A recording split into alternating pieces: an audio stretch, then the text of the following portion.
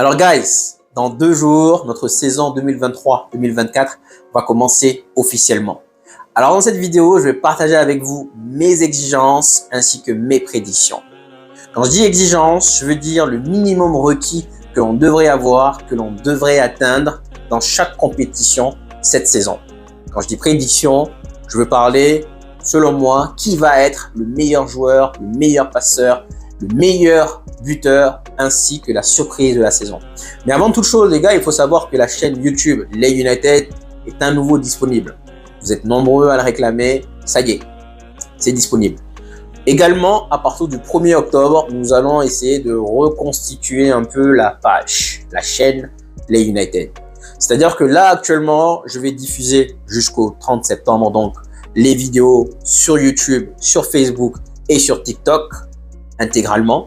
Mais à partir du 1er octobre, les vidéos comme celle-ci, où généralement je suis seul à parler, où je donne mon point de vue, donc soit conférence de presse, analyse d'avant-match, pronostic ou analyse d'après-match, seront uniquement disponibles sur YouTube. Alors, je vous invite, si jamais le contenu vous intéresse, je vous invite à aller vous abonner Les United YouTube. Vous allez taper Les United sur YouTube, c'est le premier logo que vous allez voir. Également, pour les lives, pour l'instant, on les fait sur Facebook. À partir du 1er octobre, on va basculer officiellement sur TikTok. Alors, la page TikTok, c'est Ley, L-E-Y juste. Donc, à partir du 1er octobre, les vidéos comme celle-ci vont être uniquement sur YouTube.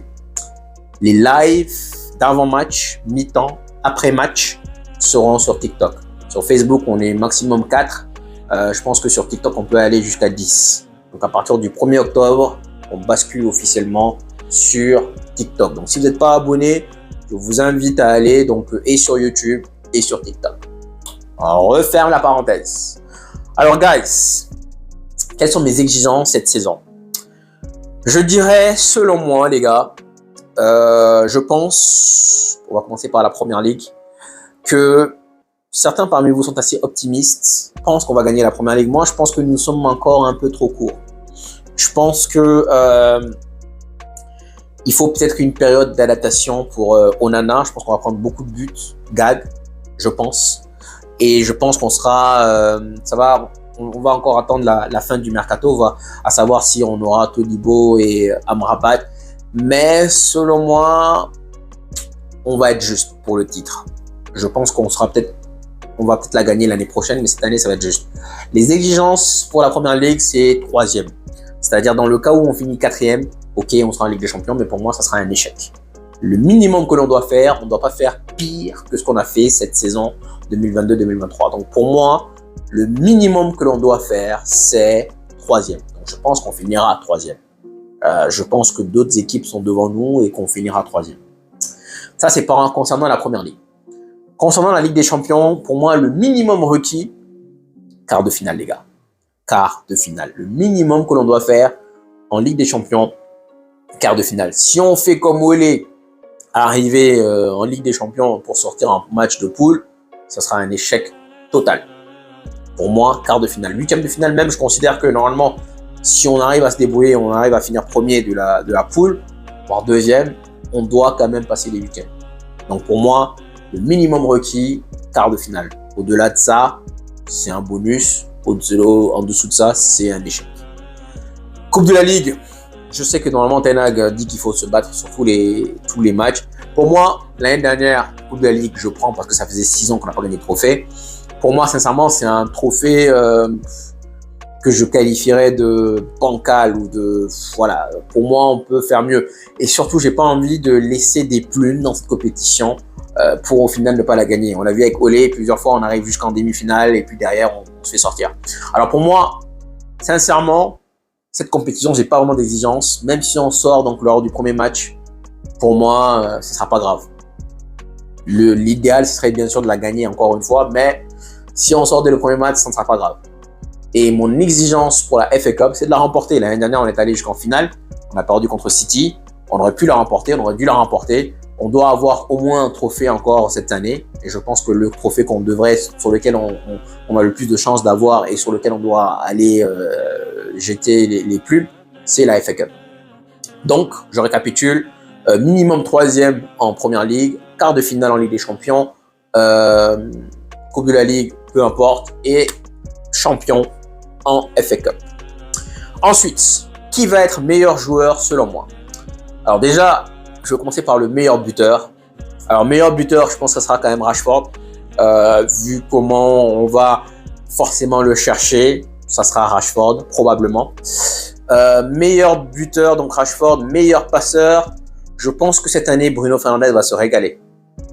Bruno Fernandes va se régaler. L'année dernière, il a fait beaucoup de passes qu'on aurait dû concrétiser, qu'on aurait dû finaliser. Mais bon, finalement, on a beaucoup vendangé. Donc, pour moi, Bruno Fernandes va être meilleur passeur parce que justement, il va se régaler avec Højlund. Højlund, les gars, pour moi, ça sera la surprise de la saison. Il marquera au moins 17 buts cette saison. Je pense que Højlund, avec sa rapidité et les passes de Bruno, il va prendre les défenseurs dans leur dos. Je pense que ça va faire mal. Il faut juste qu'il améliore son jeu de tête. Je pense qu'il va marquer 17 buts, toutes compétitions confondues. Et donc, ce sera la surprise de la saison. Meilleur passeur, Bruno. Et donc, meilleur joueur, là, j'ai un point d'interrogation. Mais je dirais Martinez, les gars. Je pense que l'autre joueur de la saison va être Martinez dans le cas où il ne se blesse pas. L'année dernière, pour moi, le meilleur joueur de la saison, c'était Casemiro. Pour moi, c'était le joueur qui s'est démarqué. Cette année, je dirais que ce sera Martinez. Je compte beaucoup sur lui. Et je me dis que, sincèrement, j'ai vu une rumeur qui disait que si on avait Todibo, Martinez pourrait être notre futur Vidic Ferdinand. Ça pourrait être pas mal. Parce que Todibo, mine de rien, il me fait penser à Varane. Pas le Varane de maintenant, mais Varane de Lens. On attend de voir comment ça va se passer. Donc les gars, bien entendu, je vous invite à me dire ce que vous en pensez. Est-ce que vous êtes d'accord avec moi? Est-ce que vous ne l'êtes pas? Sinon, dites-moi en commentaire qui sera selon vous le meilleur buteur, le meilleur passeur, le meilleur joueur, la surprise de la saison. Également, quelles sont vos exigences pour cette saison? Donc, donnez-moi ça en commentaire. Et puis voilà. Donc, les gars, je répète une dernière fois. À partir du 1er octobre, pour l'instant, il n'y a rien qui change. On va mettre les mêmes vidéos un peu partout. Mais je vous invite dès maintenant à aller vous abonner sur TikTok, Lay, sur YouTube, Lay United. Parce qu'à partir du 1er octobre, on va reconfigurer le tout.